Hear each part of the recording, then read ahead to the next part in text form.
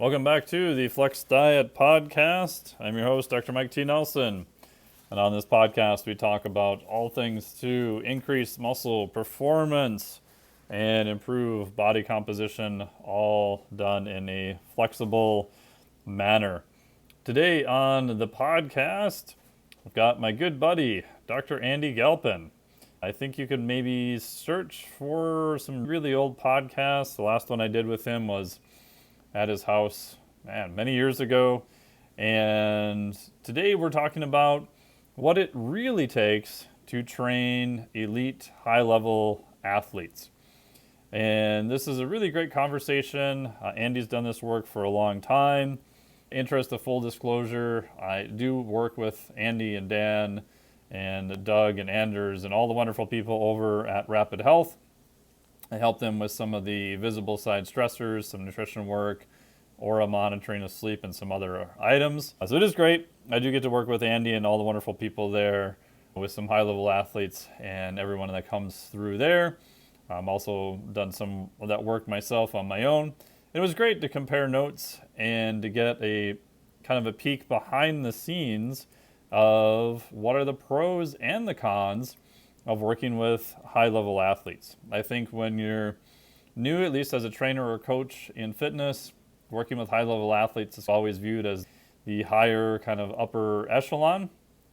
And there are a lot of pros that come with that, and there's a lot of cons that come with it too. And I really enjoyed this very open and honest conversation about what some of those pros and what some of those cons are. So make sure to check out Andy on Instagram. He's got lots of great stuff there. You can check out all the offerings at Rapid Health. And then for my stuff, go to the website, which is miketnelson.com. And you can hop on to the newsletter, which is where about 90+% of my content goes out currently. So go over to the newsletter at miketnelson.com. Maybe I'll hop onto the newsletter and say hi, and I'll send you a cool free gift. Just tell me you heard me on the podcast here.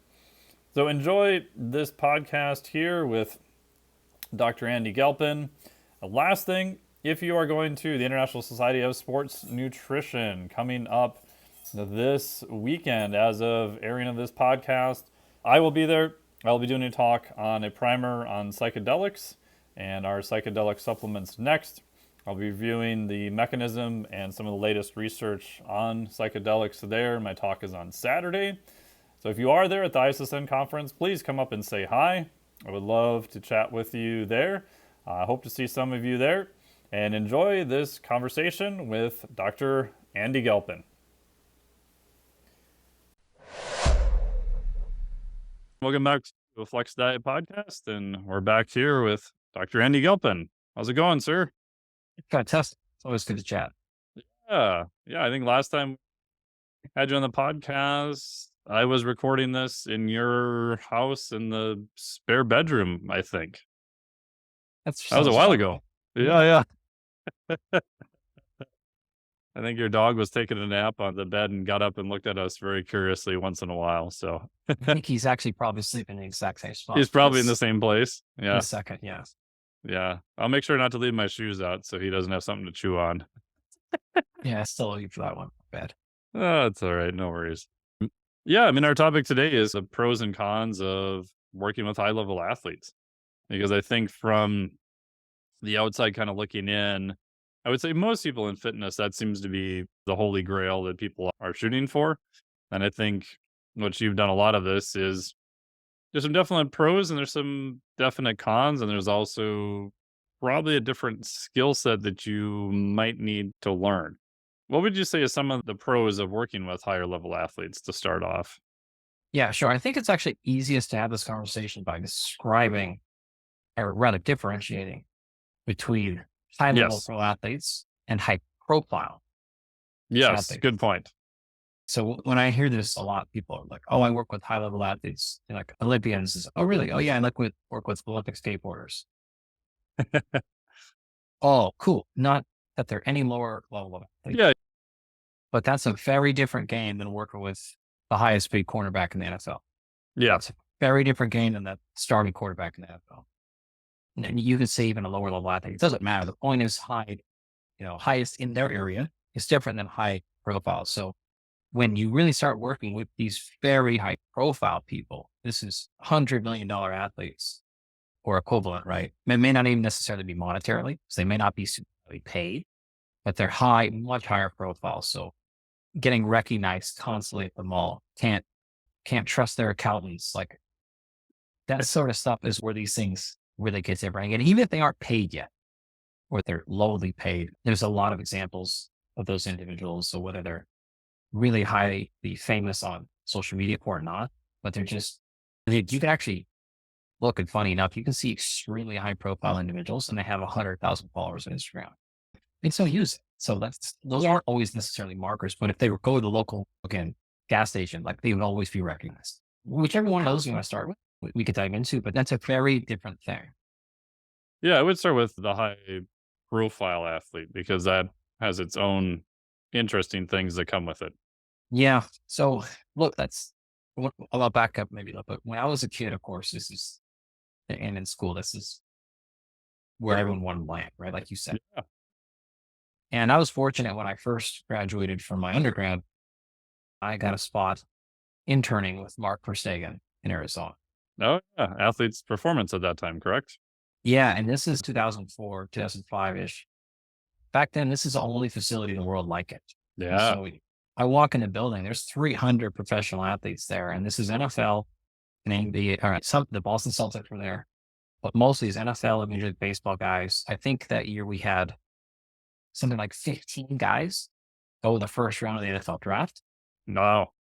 We had Hall of Famers, Kurt Schilling, baseball players. We had number one prospect in all minor league baseball. Like there was high pro folks there. And I got about 5 months into that. It's just, well, really, I got about 5 days in. I was just like, F this. From that perspective, I wanted to walk away high profile folks quickly. And why is that for people on the outside looking in? They're like, well, you got the dream job. You're at the dream place. Yeah, in that case, the issue specifically was because I was so young and because they didn't come there to work and I was an intern. I wasn't even their primary coach. It was all the things you could imagine. Some of them were super nice. Many of them were. It's just, you weren't coaching at that point. And I also feel like, what effect am I really having? We're not training that hard. We're just going through the motions most of the time because we're actually just trying to not get hurt. These guys don't have that. It's so something for my soul is just, I'm not like, what am I doing here? It's just like a lowly paid service. It's just a service exchange. I'm getting paid nothing. It just wasn't like, I'm like, man, this is not a very fun job. In addition, some of them were very challenging to deal with. Yeah, like just they could, and this is actually what happened. They would blow up and scream at a coach, and the coach could just do nothing. Yeah, because this guy's paying $1,000 a week to be here. Go apologize to him. Like what? And as soon as I saw that, I was just like, no way, absolutely not. Now, some of our coaches did take that at all. Like some of our coaches went on and coached in the NFL for 15 years, still there actually. And those guys were just like, no, well, get your ass back in there, get the hell out of my way. So they were able to pull some, but for the most part, you were just in a really tough dynamic. very low leverage too, right? Yeah, man. You got no leverage. Yeah. You got no control situation. And you don't actually like have any leverage to do anything fun. Right. So most of the coaches are in the same spot. So I just didn't think that was a great fit. Circling back 8 years after that or something, when I first started working with high profile folks again, now it's different because now they're coming to want to work with me and now they want the whole thing. And now you get to push and walk away. And I'm in a position of, I don't need any, I can get out of here anytime. And so that changed everything. Of course, power dynamics. Yeah. And now we have what we currently work with. We got folks, Hall of Famers, we got all stars, we have all pros. Like I said, we got the highest paid player in their position in multiple sports and all the big sports, like all the things that the number one players in the world, the major champions, and it's totally different. And those haven't always been good experiences, but now I could just walk away anytime for no reason. That doesn't matter. Do you think the takeaway there is that depends on what type of coach you want or what type of experience I think you want. Because I think a lot of people would look and go, "Well, I just want the experience to say I worked with high level athletes." It's okay, you can go intern. There's lots of places that work with high level athletes. But I think, like you said, if you want to be in a better place of leverage and feel like you're actually doing something and it's having an impact, then you may have to go away and do some other education, do some other experience to get to the level where people are going to be seeking you out instead of you trying to find a place where they congregate and train to say that, "Ooh, I worked with high level athletes." 100%, man. I think you really have to set not your expectations going in. I think you have to set your actual goals and be real honest with yourself. Is this a money grab? Is this a prestige grab? Is this, I'm actually want to be a part of something here? Is this whatever? Because the back end can kill you. Like the worst experiences I've had professionally by far are with the support staff of these high profile Mm. athletes. Like not even close. It's agents, it's their assistant coach, it's their other strength coach, or it's their nutrition coach or whatever, right? Depending on how the situation's set up. It's their skill coach, it's their wife, like who's meddling in stuff, husband, or whatever the case is. And so you got to be real clear with your role. So my number one advice in these situations is make sure it is crystal clear to the athlete and everyone else involved exactly what your role is and what it's not. And you need that clarity because you have to then at the same time be able to put your foot down really quickly and be like, absolutely not. This is my job. You all get out.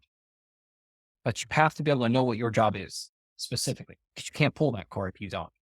And that is absolutely a mistake I made with some other ones. It's like the athletes are going to be like, look, I hire you all, y'all figure it out.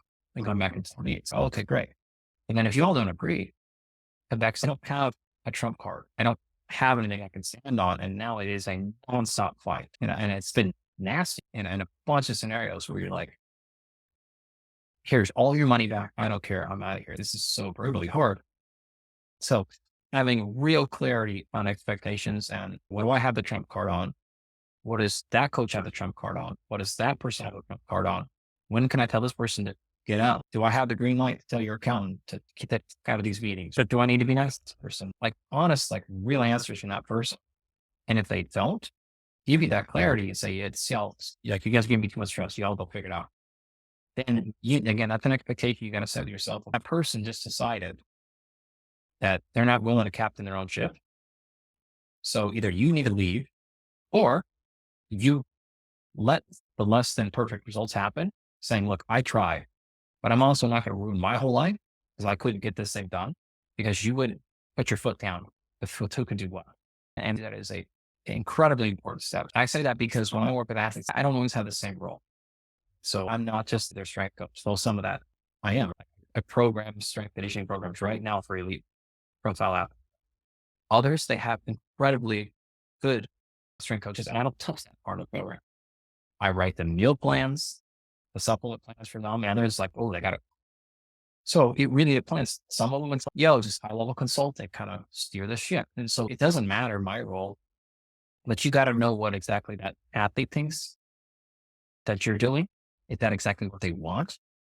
And then you have to have the professional maturity to treat this like a world champion. So the way that I always say this to my students is, if you want to coach world champions that have real big money on the line, right? This is hundreds of millions of dollars on the line. Then you got to be able to act like $100 million coach, which means if you're the defensive coordinator in the Seattle Seahawks and Pete Carroll, the head coach, choose you out at halftime because you did something bad, then like you will not cry and whine about, you'll be like 100% coach, that was on me. Boom, how do we fix it? You'd be stunned, like just stunned how few people have that accountability, professionalism, even at these levels. It's just crazy how you'll never see those conversations and people just will not go, yeah, I screwed that one up. I'm on this over here. So you have got to be able to own that and be like, boom, yep, I got chewed out. Great, I'm on it when I get fixed. Well, because you're going to make mistakes. Like, of course, like it's, no, it does. And generally athletes aren't going to fire you for a mistake, but they're going to fire you for things like this, right? Or you're going to want to like fire them quick. get out of there. If you don't have $100 million skill set and you don't have $100 million professionalism, then you have no business coaching $100 million athletes. You need to stay out of there. It's the old, you can't stand to eat out of the kitchen thing. You work with that when that kind of pressure is on the line. You've got to be able to handle it when they come back and yell at you. Just like I would chew a soup, but an employee or whatever is, hey, you didn't meet expectations right now. You got to be able to sit to that heat. Like, okay, got it, whatever. And like I said, man, you'd be stunned. Like, you'd be stunned how many people at these levels who can't do that. You're just like, wow, you're a child. Like, you're just a child. You got yelled out. It's not a big deal. Stop crying. Like, literally, stop crying. We've got to execute and decide who made a mistake. Because here's what happens. Something bad happens. So a team recover from injury faster or not or whatever.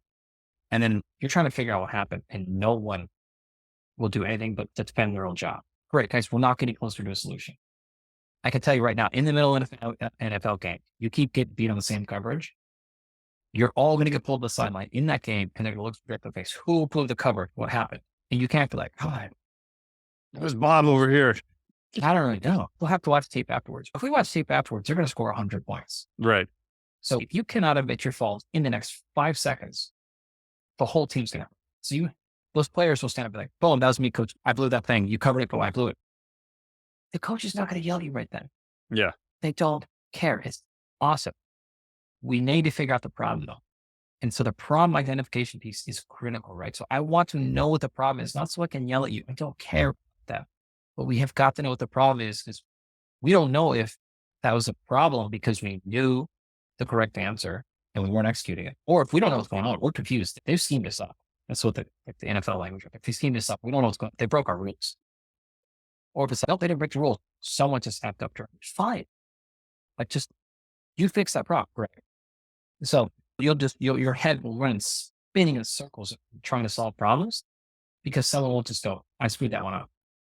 Like, it doesn't happen. And so that would be my biggest thing is, to recap, be really crystal clear with the expectation that the athlete has of you, of the rest of the team, and everybody knows who is accountable for what. And then when those things don't happen, just being super fast to be like, yeah, on me, quick. That was the issue. Here's what I'm going to do next. And all that stuff is probably not what you expected to get into when you thought about wanting to coach professional athletes. It's not the skill set, as you mentioned, Mike. Like, that's not the skill set you thought you needed to have. It's like, you thought you were there because you were really good at macros or coaching or stretching. But you got to have that stuff for sure. And I would say last thing here is, this isn't like a soft skills, art of communication stuff. Like, you have to have all that stuff too. But this is do you have real leadership skills? Do you have real accountability skills? Do you have real professionalism? Do you have real maturity? Can you really handle very high pressure situations? Because that's what happens, right? It's, this happened. I tore my groin off the ball. We have a playoff game in 2 weeks. They're going to give me a $15 million bonus if I can play in 2 weeks. All of us in the room disagree with what to do. Somebody make a decision and come back. You can't not make that decision. And that decision has to, and no one knows the answer because it never happened before, right? Yeah. Like, that's what it's like to be in real professional athletes. Like, these are real examples in the last year, right? I have an eye ankle sprain. I have to play in 6 days. Are we doing injections? What are we doing? All these options. 100 other people at your level have different opinions. And you have to be able to get yours out there if you think you're right. And your answer has to be right. It's really damn hard. That's the disservice being out loud. That's the other thing that people don't realize is, you sure you want to coach elite level athletes? Are you sure? Because it's a different level of pressure. It's a lot. Like, I can't tell you how many absolutely sleepless nights I've had. I don't mean like a hard night of sleep. I'm up the whole night on the phone, on the thing, or literally laying there all night, panicking, being like, I hope to God. It's just, because you're almost always going to be dealing with situations that there is a playbook for. Yeah. Like, this is what it's really like to troubleshoot and be in this chaos stuff, real pros, in addition to 1,000 other things, right? Like real lawsuits, real family things, real media coverage, where it's like, this is a problem right here. Like, you can't tell me to go meditate right now. This is not going to be your solution. You better have a next level solution here. Real, like, I just got my 4th concussion in the last month. Like, now all of a sudden, I will stop working today. I want to tell the team, should I play? Holy shit. These are really like life-changing things. And you're not certainly practicing outside your scope. But like still, these are hard calls. And that's a lot of pressure in those situations. So that's the part I don't think people think about. Since you just want to write the workouts and show them how to do set goals, I think you're going to get credit. That's not what you're doing. And I think people forget in all sports, you're going to get an answer, right? That player is either going to play in the next game and do well, or they're not going to play and they're not going to do well. It's not like you can't hide anywhere. You're going to get found out, whether good or bad or indifferent. Like, you're going to have an answer, and someone's going to be responsible for that. And that athlete will probably not hesitate to put your name on that when it does. Oh, yeah. And they should, because that's how they're. Yeah. It's not even like a personal thing for them. It's, yo, if you do poorly in a post-game press conference, like, you're going to get named. Your coach is going to name you. Your other teammates are going to name you. The media's going to name you. So they treat their people the same. Yeah, why weren't you got dehydrated in the game? So yeah, like, the plan they put together didn't work. Yeah. So it's not personal, but like, that's just again, that's the responsibility and ownership that they're used to. So if you're not ready for that type of thing, it'd be rough. Yeah. And even just all the other people that are involved and how all that either comes together or doesn't come together. I remember years ago on a much lower level, I worked with a very top level athlete in California for endurance. And I said, okay, I'll help you with your nutrition. He was working with one of the top endurance coaches. I won't say his name. And I'm like, oh, this will be great. And I looked at the guy's stuff. He's clearly under eating, whatever. Long story short, we go through the whole thing. And he had it in his head that he had to hit this one body weight for whatever reason. We tried to talk him out of it. And eventually I'm like, why is this guy not recovering? What is he doing? He's eating all the food. He's doing all this stuff. And I looked at his training plan. I was like, holy shit, this is insane. And I told him, I said, I think your volume is crazy. Can you talk to your coach about it? He's like, oh, no, my coach is the best. Like, he knows exactly what he's doing. And long story short, he did his big race. He ended up PRing the race, and then he fired me because I didn't do as good as I should have done. And this is your fault because I couldn't recover enough to do his training. Yeah. I was like, oh, shit.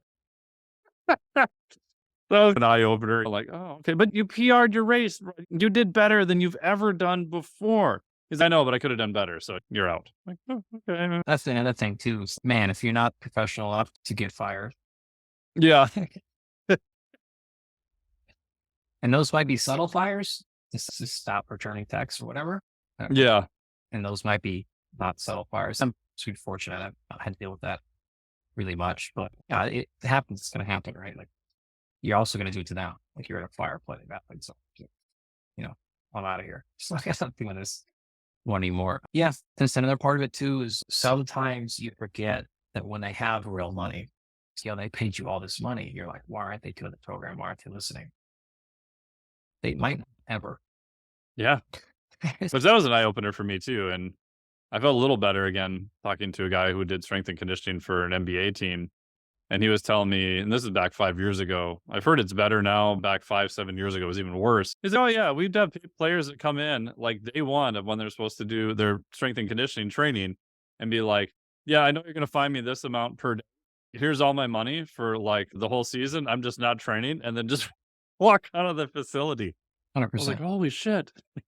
Oh, we've done it. We've done the whole program for somebody. They paid the whole thing, right? Came back and said, hey, this is incredible. Like, so awesome. You guys are totally worth it. Just so you know, I'm not doing any of it. And we were like, what? This is an MVP, like MVP guy for sure. Yeah.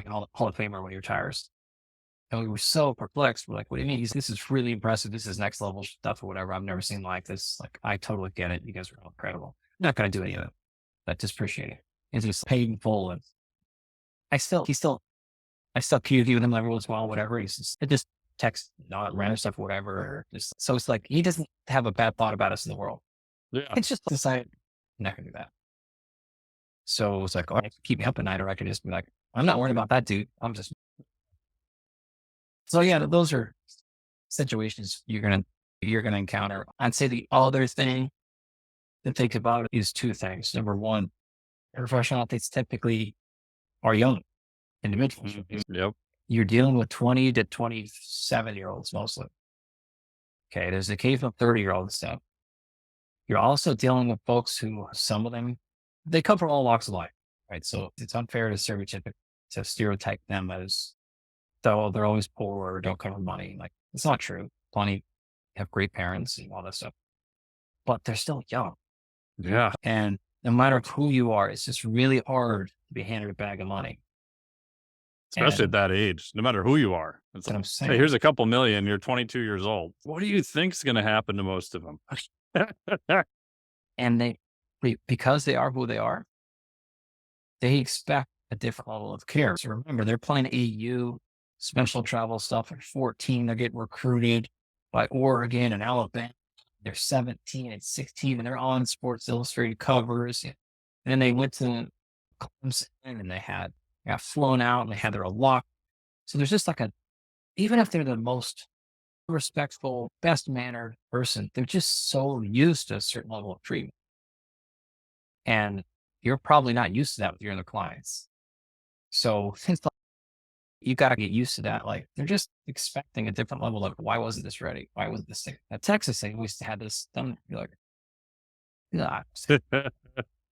You have to work through that stuff a lot as well, which is, again, like something you were probably ever thinking you would have to deal with, but you're going to have to, for sure. Again, I'm like, it's not a disrespect thing, because they're like, Yeah. I'm super, super respectful, kind and caring, and respectful of all that. They just love that. They also, they don't necessarily have leadership skills. What I mean by that is, some of them hate confrontation, right? It's just, this is not good. It's just like, they would rather do the wrong thing than say something to one of their coaches. Because they've been in a coaching programs like that, they also look at coaches with esteem. Yeah. So they won't Because always that's tell kind you of the how truth. they got to where they're at. Yeah. Yeah. So they sometimes they don't want to disappoint you. So it's like, they don't even tell you the truth. You're like, man, just be an adult here. Nah, they won't, because they're just like, it's what coach, like, whatever. So you have to be, and it's the same thing with any coaching. But with these folks, you have to have your EQ has to just be very high, and you have to be paying attention to everything that is about them, or it's going to be very hard to form any meaning. Yeah, connection. All the same stuff is true. Nobody cares. No, until they know why you care. Like, oh, that's true with anybody. But for these folks, you have to really try to understand what else is going on, like communication wise in their life, and what else is, ways are being pressed and pulled. And so I would say you generally tend to overinterpret things with professional athletes. You make a bigger deal out of something that's not. I didn't respond back for 3 or 4 days. I wonder if she's mad at me. Oh, also maybe in the middle of arbitration. Just, you know what I mean? Did not care. Yeah. In fact, they feel so secure with you that they know they don't have to respond to every little stuff. And that actually is making you feel less secure. You're like, God, I texted. I did buy you're like, God, I wonder if they like me. You're just like, the opposite, right? It's just, think of it like this. You don't tell your wife you love her every single time you walk out the room, because you don't have to. You're married for 20 years. You just, yeah, I know you know. You tell me like, hey, that's kind of the same thing. Like, a lot of these athletes I work with, when they get really high professional, they become like hyper loyal, because they don't, once they got their team, they don't want to deviate from their team, because it's just, there's too many people, right? So they almost get worse about some things, because in their mind, it's over. This is the team. And so you'll get signals like, holy shit, I think I'm losing favors, but it's the opposite. They're done. This is it. This is their team. And they get tremendously loyal. So you have to breathe out. You're like, oh my God, so-and-so's not responding. Oh God, I'm like, I don't want to lose this person. But in their mind, they're like, yeah, that thing could wait to get back to Andy on us, because like, whatever, just like you would not be super worried about, oh, I forgot your return your text, honey. Yeah, he was like, I was trying to get this new deal. Whatever. That is the thing that actually is very hard for young people when they first break into real high profile folks. They're probably not thinking about you all the time. Yeah. Even though you're thinking about them all the time. Be able to play it cool, I guess, is what you're like, yeah, sure, no worries. With your other clients, it's not necessarily the case. Yeah. The other thing I've noticed too, with generally tends to be the older players who have been in the game for quite a while. A lot of them are almost the other end of the spectrum, they're like hyper neurotic, right? They've got their team of revolving 13 people that follow them around doing, I would do massage after this. I do this. They have almost like on the spectrum type, if something goes off on that. And if you know that, that's helpful too. Last season, I got called up for quarterback in NFL, got a concussion. What do we do with ketones and all this other stuff? Is there anything we can do? The guy's got to play. He's got a big game coming up on Sunday. He's going through concussion protocol. Can we do anything to accelerate it? Obviously, he's going to get checked out by a neurodoc, make sure he's good. And so I wrote back to him, okay, here's the thing to consider. Here's what to look for. And then here's a laundry list of shit not to do, because I know you're neurotic and you'll think 1 is good, 12 must be better. It's not. And so the list of exclusions I had was almost longer than like the list of here's some things to consider, because that their thought process is like, okay, if I can do this, then this and this have to be better. And obviously part of it's a liability too, but you want to be clear that that's better. No, 7 of them is not going to be better than 2. Just try to think ahead and put yourself in their mind space of what they're doing. And just because for a lot of other stuff that does work. Oh, I had a massage after this and that helped. And at some point adding more things do help until it doesn't. Yeah. I have one of the guys I'm coaching right now, NFL guys, who's like basically saying, hey, look, I don't want to be positioned like one of his teammates, where he's like, he had 18 coaches.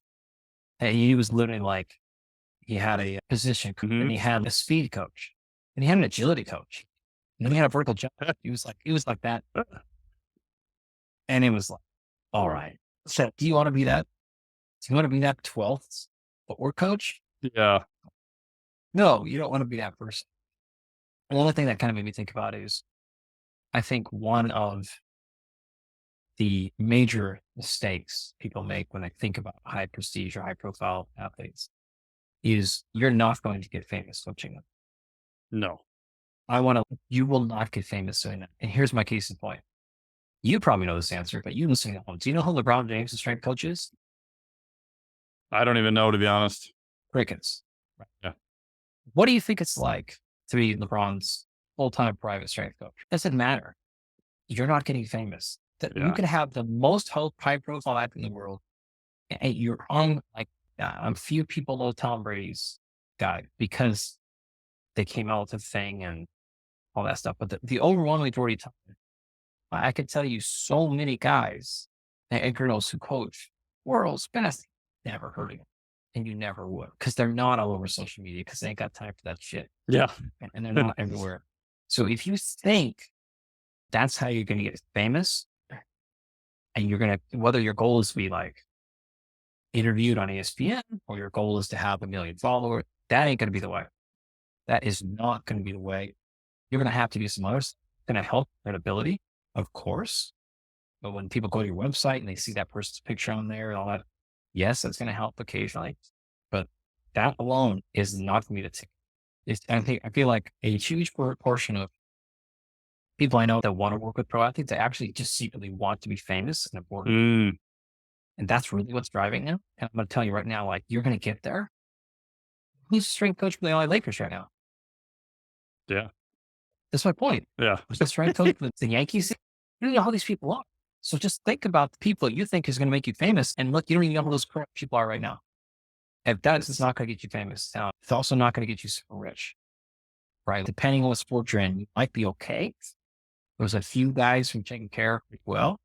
Your head strength coach in the NFL, you're taken care of pretty well. Yeah. If you're a Power 5 football strength coach, you're taken care of pretty well. But consult with an athlete on this, there's just not enough money there to get life-changing money in your the money is not what you think it is for most people. Now, it can certainly be extremely lucrative, don't get me wrong, but it's not the way to get famous. You're going to have to get famous elsewhere. For sure. Yeah, the only person I think of as an exception to that would be Michael Jordan's coach. But Michael Jordan, you could argue, is probably one of the most famous athletes in the entire world.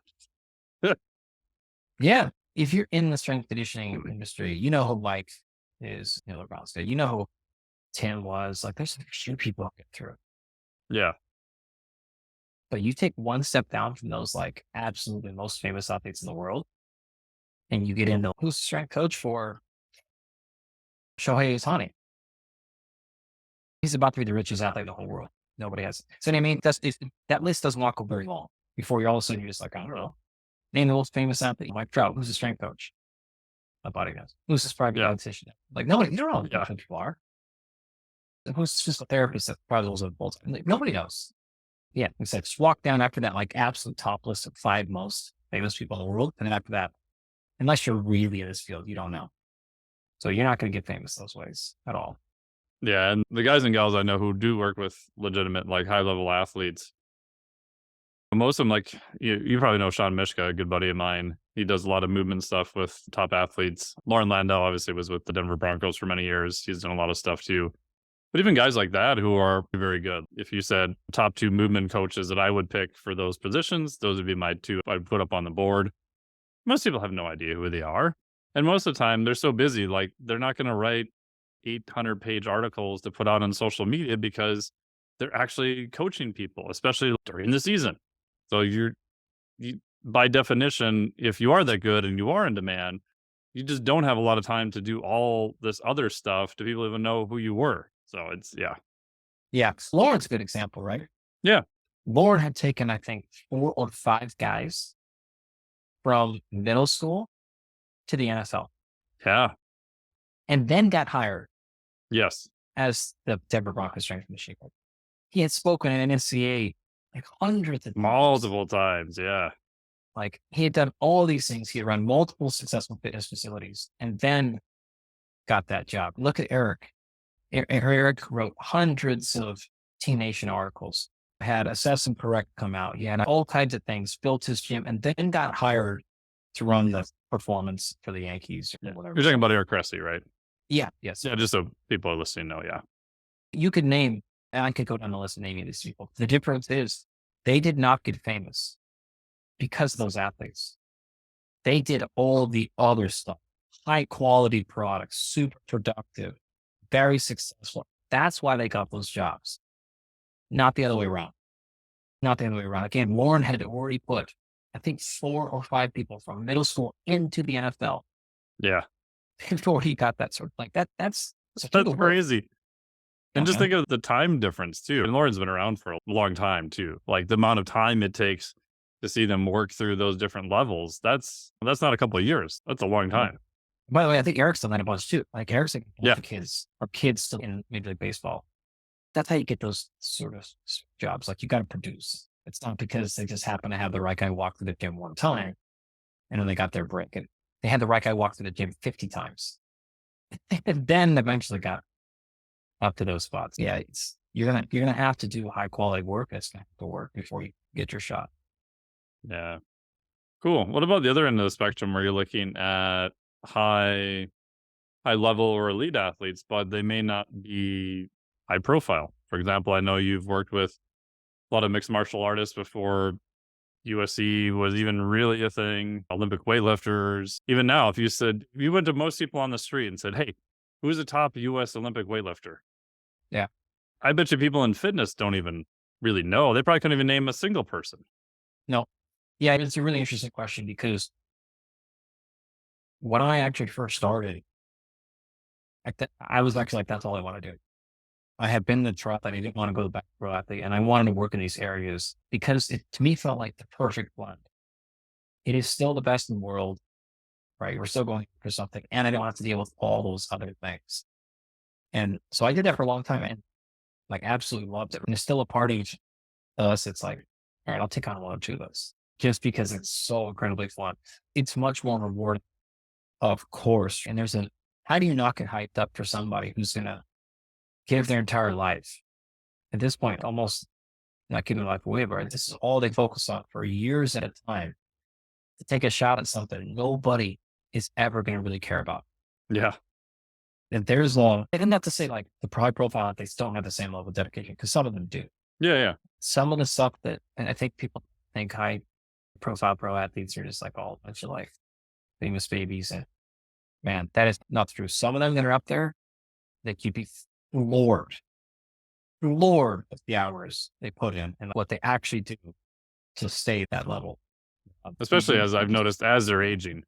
right? Because now they're a little bit more mature. Now they realize the writing on the wall. Now they realize, oh, wow, I do this nutrition thing, I do this next level thing. They can see that they're going to get more years out of it.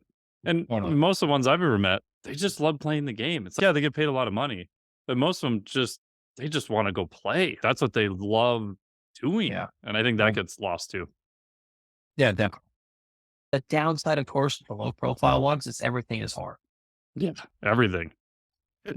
Here's the reality. There's a bunch of people I coach right now that I just have a black limit hard, right? In other words, I can buy whatever I want. I can do whatever I want. And I don't even have to ask them. I just buy it. Just send it through, right? So it's like whatever it takes, whatever it takes. This doesn't matter, right? It's really fast and nice when we could just throw stuff in there.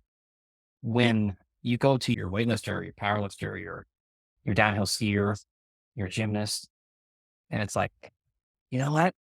Let's get the protein powder this month. Let's Yeah, I know. That's what I was just thinking too. It's like and you're gas to like, get to the event or protein powder. and that's what it is. And it's like, all right, you know what? I know. Let me call this company, see if they'll sponsor you. And then I'm on the phone for an hour. Like, get this thing out there. What do you think? Would you send them some amino acids? Like, and I've been on those phone calls like plenty of times, like trying to get grocery stores to sponsor them so they can eat better feed, trying to get meal prep services. And just, hey, I'll post about you if you could this to this girl for free. Yeah, I've done that stuff so many times for people. And that stuff just wears on you too. And the things we could do. The things we could do if you just had a little bit more money. And it's just, hey, on cars, whatever. One instance testing stuff we wanted to get, or just basic things like that. Dad, we should get you a massage. Can't get access to that stuff. So that becomes, for me, that actually like started to grind up a lot. It's just like, man, this is really hard to put everything I have in, and then just we can't get it because it's just the money's just not there. There's the money. It's just, you feel like you're just constantly getting beat down to nose. That was really challenging. And just the stress level on the athletes too. So much. Just to be, a lot of them they're not professionals, so they're still working another job. A lot of their extra time goes to this. They can only work so many hours. A lot of times their profession is even limited by the sport that they're trying to do, whether it's hours, travel, whatever. So a lot of times there isn't a lot of workarounds left that they can do, really. No, that's actually a really good point that I forgot about. One of the things that's really hard is when you're in the NFL. I know right now I can look and I know exactly where these athletes are going to be the next 9 months. When you're going to talk about the Olympics, like every year, what do I have to do to qualify? What do I have to do to be? Yeah. I don't know yet. Well, the IOC hasn't determined the selection criteria yet. Oh, and then it changes. And then you're a month out and we decide, now here's a new qualifier. Now so you don't even know. And this happened to us. It was like, okay, we're on the team. Right before we had a new qualifier. What do you mean you had a new qualifier? well, you can't do that. Yeah. Didn't have time to prepare. And gone, lost a spot. And so you're just like, holy shit. So that level of stress is massive depending on the sport. Yeah. And you're talking every 4 years. It's not like you have next year, you have the next 4 years. It's over. Of when, yeah. Which probably means now you're 32, whatever. It's like, it's over. Yeah. I've seen most athletes retire because of that. Since I don't have 4 more years left in me. Yeah. Even at the UFC level, it's better now, but it's still the same thing of like, when he gets to fight again, I don't know. Yeah. Gotta find 2 weeks. What? No, this is it. Change the opponent, change the weight class, change the so many things. And so you're just like, hey, I'd love to go to this developmental phase, whatever. I know with Major League Baseball guys, I know right now spring training's gonna start next year. Yep. I know the season's gonna be over, and like we can plan way ahead like we always do. With the other ones, it's just, God, I would love to develop you. Go after this neck pain thing or whatever. We can't because you haven't got paid, because you haven't fought, and you don't have any money. And now it's like, so that part is really hard where I don't have to worry about that with the PGA golfer. Yeah. I know where you're going to be at. So, yeah, those are the other challenges. And then, like, from your perspective, you're going to do that, and your salary is for sure extremely limited. And you also know, like, best case scenario is what? You get more clients like that. Yeah. Easy to make your soul operate on that, hard to make your paycheck. Yes. So you're going to go out of business, and this is why you're going to have a kids class, and you're going to have a cardio kickboxing class in here. You have to do something else to keep the lights on because like those kind of things just can't, unless you just a single living in your van. That's your life, but you can't like hang out with your other family on those ends. It's just too challenging. Be that in gyms, right? Gyms pop up all the time of we're only training professional athletes. It's okay. How many gyms could you name, even in the US, that train only professional athletes? I remember talking to Pete Dupree at Cressy Performance a couple of years ago, and they probably train more baseball players than almost anywhere else. And he's like, the best case scenario, we're at like 50%. And this is probably one of the top training places for baseball players. And there's still 50, maybe 60%. It might be a little bit higher now. So even in that case, they're still taking a lot of general population people to keep the lights on, to have a facility, to have everything else. And that's the best case scenario. 100%. Yeah, that I would say it's very high. Oh, it's extremely high. Yeah. In fact, reality is what you'll see. I don't know what Eric is specific, but like what you'll see is a lot of the gyms don't charge the pros. Yes, that happens too. Yep. It's like, we have to have you in because that's what keeps all the other people in here. Yeah. I've had a few of those circumstances in the past where, especially when I was doing my PhD, a couple pretty high level athletes that we got all the way. I said, yeah, I'll help you with this. It'll be great. And we got to the talking about money and they're like, we do this for free. I'm like, hold on. You're not that famous. And I'm thinking, I'm a four college student. Like, I'm still a house payment and everything else. Like, I can't afford to do it for free. And then they got mad at me and they're like, I'll go get someone else that'll do it for free then. And I was like, oh, so that's how. And I started looking around that part of the industry and I was like, oh, you mean all those other. And so I called a couple of the people I knew and I'm like, do you charge this person? They're like, no, you don't. Oh, shit. That was kind of a rude awakening for me. Which we were earlier in the conversation when I said, you got to be real clear with yourself on what you're doing this for. If you my ego said yes, my pocketbook was like, you can't do this. What are you doing, man?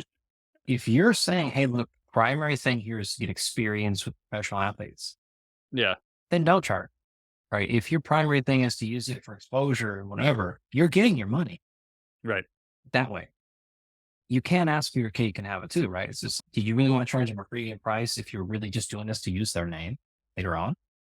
Then when they got mad about you asking for money, they were right because you're using that. And I promise you, their endorsement is a lot more expensive than whatever you were charging. Oh, yeah.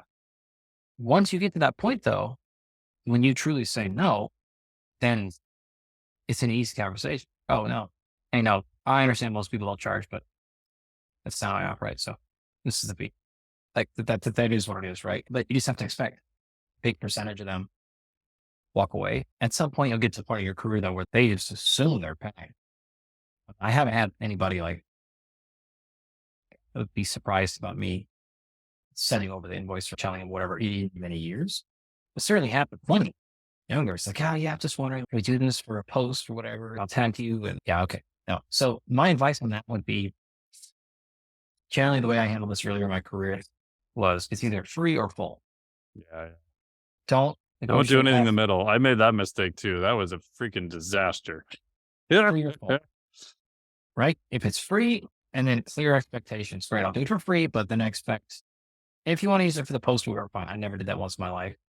Never ever did a deal where it has somebody like promote me or whatever. But if you want to do that, fine. There's nothing wrong with it. Just be clear. Okay, cool. I will do this for free in exchange for, I expect you to blah, blah, blah, blah, blah. Great. But be hyper clear with the expectations. Nobody get upset then. You got the deal. You agree to it. When people get upset, is I didn't charge you, but let's hoping like you would like, help me grow my social media, but you're like, you never did. So that's kind of bullshit. No, like it's not bullshit. You didn't say that. That's what I mean. Be professional. Have that conversation right out the gate. Say, look, here's the deal. I know this is huge for me. And I know I love to work with you. So here's the deal. I'm proposing I don't even charge you. So I'll be willing to do this for free, but in exchange, would you wear my shirt one time at a pro town? Whatever the thing is you want. Yeah. And they can say no and say, okay, fine. I'm still willing to do it because then I want to be able to talk about you and mention you and I won't use you. Whatever. Just be honest and direct with what you want to be able to do. They will appreciate that more than just being like, okay, fine. All of a sudden their pictures up on your website and a COVID testimony. They're like, what the fuck? That's not okay. Like, I don't really like that. With professional, again, just be clear. Cool if I use, just tell people I work there. I won't tell them, I really not. Okay. And I've had plenty of those. I've had plenty of like, yeah, dude, Yeah. sure. You want a quote? You want a video? Like, what do you want? And some, be like, I'd rather you just like, some being very direct. Here's an NDA. Don't ever talk about work with. I don't care. Whatever you want. Yeah. And that Give happens them more that. often than people realize, right? Because I know some very high level coaches who, a few of the people that they talk about, they have full permission. They're like, oh, yeah, he's my best buddy. Everything's cool. And then they've got like 17 other people they can't mention by name. And 100%. I get it. If you're in a highly competitive field, if you found something that was a competitive advantage, you don't really want to go out and advertise it to everyone else either. So I get it. But again, that goes back to being sure that you're clear on that, and that's part of the deal. Yeah. I always offer at the beginning, okay, do you want if your team has an NDA or whatever, sign over. If not, don't worry about it. If they talk about me first, then I'm like, fair game, Yeah. whatever, which has happened. So yeah, just communication professionalism. I agree. Anything else you can think of that would be relevant to add? I think that's a good discussion about kind of the pros and the cons of both scenarios. Yeah, I guess maybe a few other things to think about is you. When I maybe 2010, I remember having a conversation with a guy named Brian Parsons. Brian's one of the original kind of MMA guys, who's tagging with the original Team Quest. So Randy Couture, Dan Henderson and stuff way back in the day. Went to college with Dan Henderson. Oh, wow. Yeah. So been around a long time, managed fighters, coached fighters, all these things. And many years ago, I remember he said, hey, look, the only way that you end a career as a coach with an athlete is them hating you. So I was like, what? It only ends one way. It's like, I always think that. And it's not really been like an actual thing, but it is important for me. I always remember, if you look, like, just like any marriage or any relationship, sometimes you're just going to drift apart. Sometimes other people change. It's not necessarily your fault. Sometimes your interest changes or whatever. Sometimes you were not really qualified for the job, thought you could do it. You couldn't get it done, and that's okay. Like in the NFL example is good. NFL coaches fire their friends constantly. Gotta really wish you could be the guy for the job you weren't. You're not ready. Maybe you weren't 3 years. You're awesome. Still love you. Still really talented. You're not here at this level. So that's okay. So you have to approach that of, are we friends? Fine. Then we also have this professional relationship. And if you can't keep those things separate, work with pro athletes will murder you. It will murder you. So just be able to have that bifurcation in your brain and just saying, yep, this is a professional thing. And this person has one shot to do something that's going to be with them the rest of their life, to make life-changing money, to do whatever. And they got to make real hard calls all the time. And sometimes you're going to be in the short end of that sort of stick. The other thing I would say, piece of advice, is just like marriage, just like signing business contracts. We don't need a contract. We're friends. We'll never sue each other. Sure. Until 7 years, 9 years, 17 years, 27 years, whatever down the road. So I would approach everything from the front as if this could get used against you, potentially. Not to be like overly forced or whatever, but maybe that joke you would say in person, don't type it in text. Don't put it down there. Just really think again. If this person's, here's a tangible example. It might not even be that person. It might be that person's agent. It might be that person's wife. It might be that person's ex-strength coach or something. And like, all of a sudden, it's like, I would never do that. They did to that. Somebody else who got mad at that person wanted to hurt them as they hurt you. And that's actually been a closer thing where I'm like, what? Yeah, like just wanted to come after me. And so they knew that since we're so tight, went after you. Got it. Okay. This is crazy, right? So this is just part of it. Like this, it's back to similar to the can't send a heat allocation thing, but just know if you're working with those kind of people, they're targets. They're targets for a lot of people, which means you're going to be a target eventually. Like, so keep your ship tight. Keep your ship tight around your legal stuff and your other things. Your best friends could still have had trauma, have a mental illness thing, and come after. You just never know. So when you're working with your local, middle school gymnastics teams, fine. But when you work with somebody that has access to $50 million lawyers, Yeah. more money, more problems, friends. So you want to play on that level, like you got to be ready for it. Yeah. The phrase I like, I don't know if it was an old Russian phrase, but it's called trust but verify.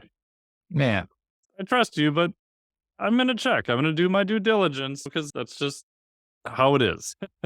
yeah, yeah, absolutely. That would be the thing. That's the only way. I kind of had almost exclusive, phenomenal relationships and interactions with pilots, and that's how it will be. Like the ones that keep you up at night with you, ones like that. I would just say, my ex-wife got all my phone, screenshot of these. Oh God. Out of context, that's going to look really bad.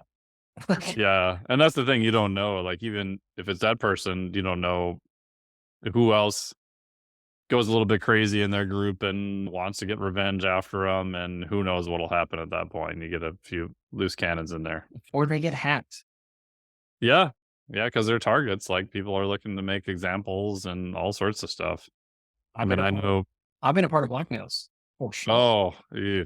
Not me, but Yeah. after being blackmailed by somebody and being like, oh my God, they have all the texts that happened that didn't end up coming up. Right? Yeah, like I don't ever say it. Yeah, to me, just like the wrong words, the wrong thing. Totally screenshot it. That can happen over the course of years and years of text messages. So I've been on the backside, just watch people just get drained because of stuff like that. That's just something to think about. It's not necessarily that. That's the first, and that's going to happen. If they're rich enough and famous enough, they're going to get sued. Yeah. For sure. And if they get sued and that goes to court, that goes to discovery, your stuff's out there now. Yep. Always think about that. Yeah. Cool. Thank you so much. I think that's extremely helpful. Now I'll have a podcast when people ask me about this. I'm like, here, listen to Andy. Just listen to this whole podcast. It sounds like all negative, but maybe we should have spent more time talking about positives because there's just so many. Obviously, I do it now as you do. So there's quite a bit of benefit. It's really fun. Like as cool as it is to work with the non-high profile elite athletes, working with the high profile ones it's very fun. Like able to watch something on TV every single day. And it's like, knowing you're contributing a big portion of that. It's very fun to see people sign record-breaking contracts and you had a huge contribution to that. It's fun seeing people set the all-time sports records and awards and stuff like that. It's not all doom and gloom. It's mostly not. It's mostly really, really rad. Like almost entirely fun and rad and rewarding, all those things. So probably just, I got a little sardonic there. I don't know why. No, it's all right. I think you think similar to me. It's like the ultimate problem solving. And most of the time you're not resource limited, which to me is cool. Right. Because now, like you said, with athletes who say, do I put gas in my car or do I buy a whey protein shake? Like it's good on some end because you have to be creative because your resources are so limited. And then on the other end, it's fun to think of, oh, what about this or what about that? Or that you have other options. And sometimes you almost have too many options. You have to scale stuff back down, but they're almost like polar opposites of each other. 100%. Like that actually is exactly right. Maybe next time in 3 years when we do this again, we could talk about that. But that when I actually tell people about coaching professional, I think that's what it is. The art of deciding what you're not going to do. Yeah. Because that's the challenge. You got so many things you could pick. How do you decide on the ones and not make that program so overwhelming? Yeah. And you're not resource limited. So normally with a lower athlete who doesn't have the money, you're like, oh, we can't afford any of this stuff. So we only got this. Now it's, you want a PEMF device that's 50 grand. Great. We can call a company and get it in your house tomorrow. Is that the best use of your time though? Yeah, I don't know. Maybe not. That's the other thing too, is not only you got resource limited, you get to pull cards big time. In other words, you can go, I thought things so it's really, hey, I'm calling because this is what it's for. Sure. So it's not a resource, it's an access. You can get into anything. Yeah. Oh, waiting list for that? Is it really? Yeah, but this is for Mike's analysis. Oh, shit. Yes, of course. We'll get that out tomorrow. Yeah. So yeah, you're like, you don't really get many no's. So yeah, all once. Yeah. Awesome. Where can people find out more about you? I know you're on like every podcast known to man now, so they can go listen to all of those. But sources. Instagram, you've got lots of great information there as always. Yeah, of course, Twitter and Instagram are the most active. It's pretty much exclusively science education. I'm not Dan Garner. I don't post topless pics or anything like that. Mostly because I don't see what it looks like his. But so Sweet Like Science Communication was that YouTube is a great place to see more proper education. So as my university lectures for all my courses are basically up on YouTube, all for free. But yeah, you can certainly check out the guest series I did with Andy Schubert on his platform.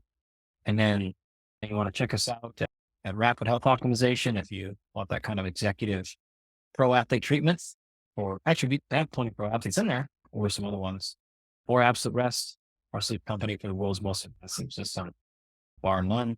You can check all those places out. I think you can also access all of those things just on andygalpin.com.